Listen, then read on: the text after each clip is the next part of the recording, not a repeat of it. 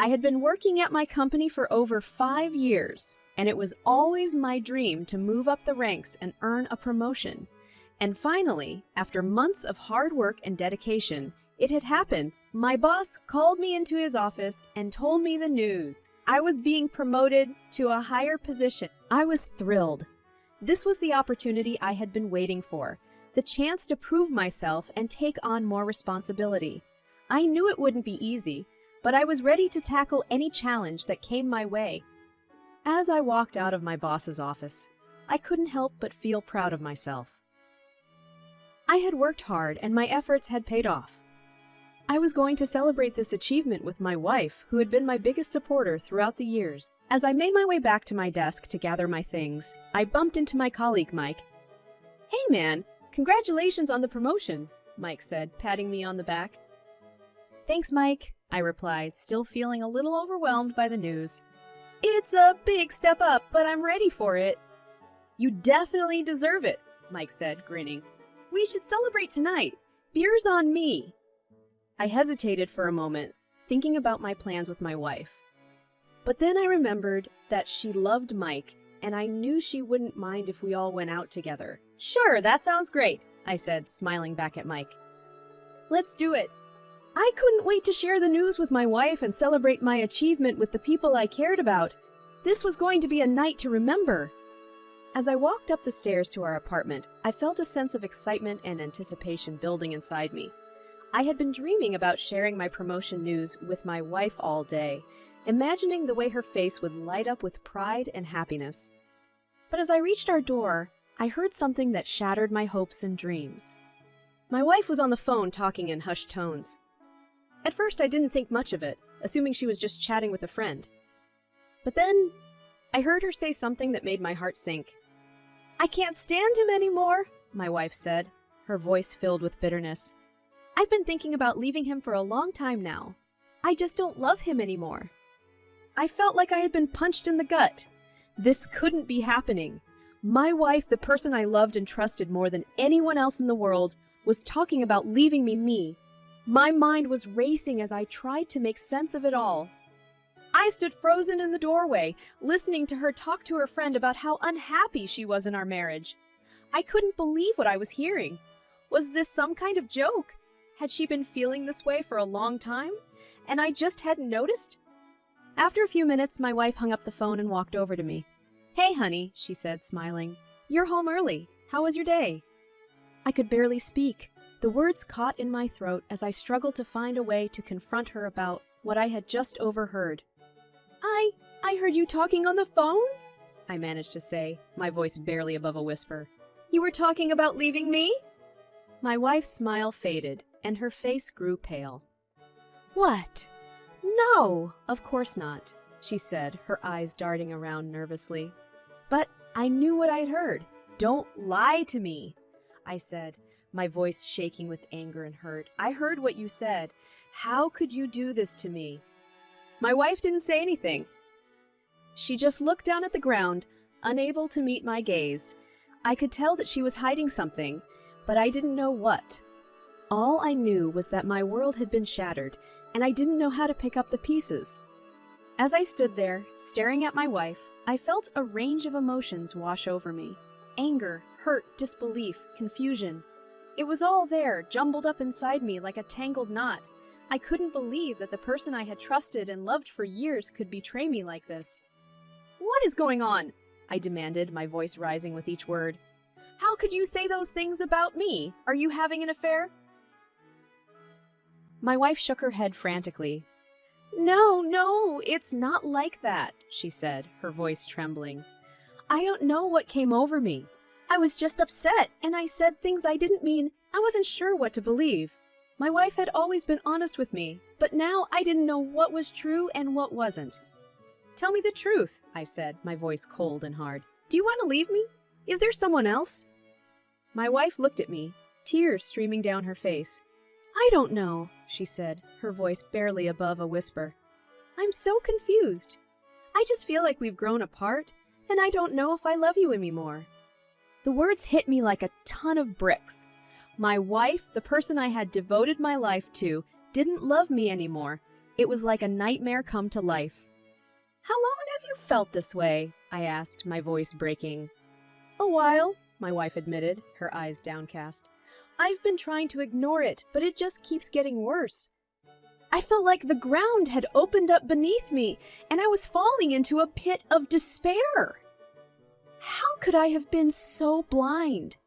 How could I not have noticed that my wife was unhappy? I don't know what to do," I said, my voice shaking with emotion.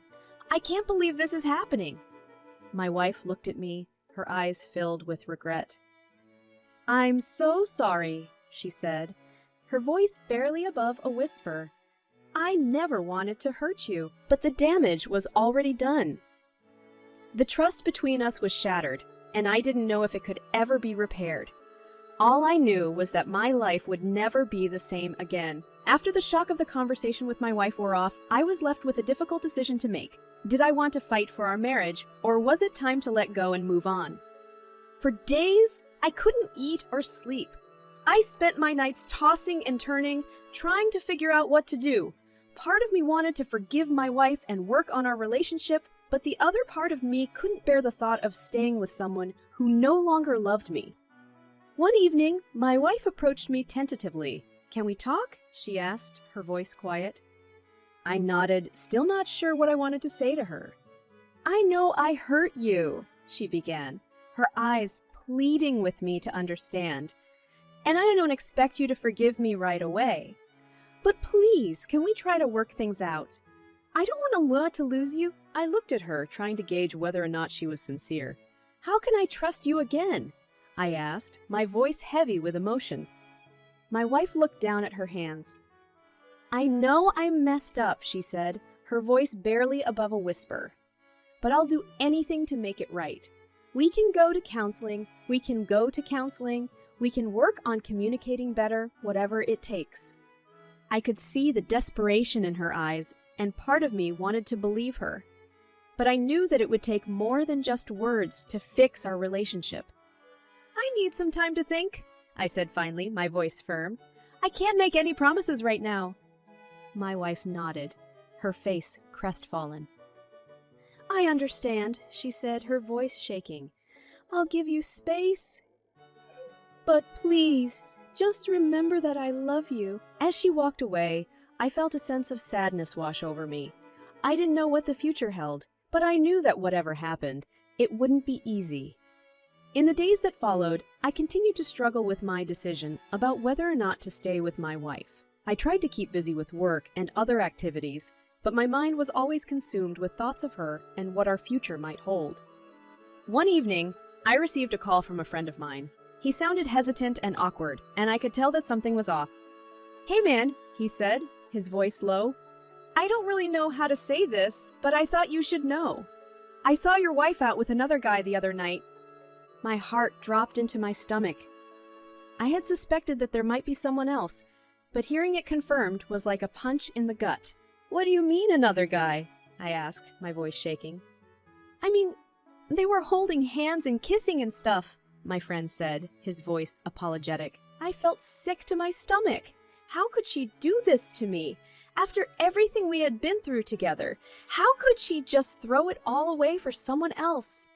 As the reality of the situation set in, I knew that there was only one thing to do. I couldn't stay with someone who was willing to cheat on me and lie to my face. The next day, I confronted my wife about what I had heard. "Is it true?" I asked, my voice cold and distant. My wife looked at me, her eyes filled with guilt. "Yes," she admitted, her voice barely above a whisper. "I'm sorry. I never meant to hurt you. How could you do this?" I asked, my voice rising with each word. "How could you throw away everything we had for someone else?" "I don't know," my wife said, her voice trembling. "I was confused and I made a mistake. But please, I love you and I want to make things right. But I knew that it was too late. I can't do this anymore," I said finally, my voice heavy with emotion. "I want a divorce." My wife looked at me, tears streaming down her face. "Please don't do this," she pleaded. "We can fix this. I'll do whatever it takes." but I knew that it was too late for apologies and promises. The damage had been done, and it was time to move on. After confronting my wife about her infidelity and deciding to end our marriage, I was left with a deep sense of hurt and betrayal. I had given everything to our relationship, only to be left with nothing but broken promises and shattered dreams. As I began to pack up my things and prepare to move out of the house we had shared for so many years, I knew that I couldn't just walk away without taking some kind of revenge. I wanted her to feel the same pain and anguish that I had felt, so I began to plan my revenge. I waited until my wife was out of the house, and then I began to gather up all of her most expensive possessions. I threw them into trash bags, careful to handle them with the same carelessness that I felt my wife had shown to our marriage. As I was finishing up, my wife walked in the door, her face pale and worried. "What are you doing?" she asked, her voice trembling. "I'm packing up my things," I said, my voice flat and emotionless. "But why are you throwing my things away?" she asked, her voice rising in panic. "Because they don't matter anymore," I said, my voice rising in anger. "Just like our marriage doesn't matter anymore." My wife looked at me, tears streaming down her face. "Please don't do this," she begged. "We can work things out. We can start over." But I knew that it was too late for that. The trust between us had been broken, and there was no going back. "I'm done," I said, my voice firm and final. "I don't want to hear from you again. I don't want to see you again. You're out of my life for good." And with that, I walked out of the house, leaving my wife behind with nothing but her broken promises and shattered dreams. It had been several months since I had left my wife and thrown away all of her expensive possessions.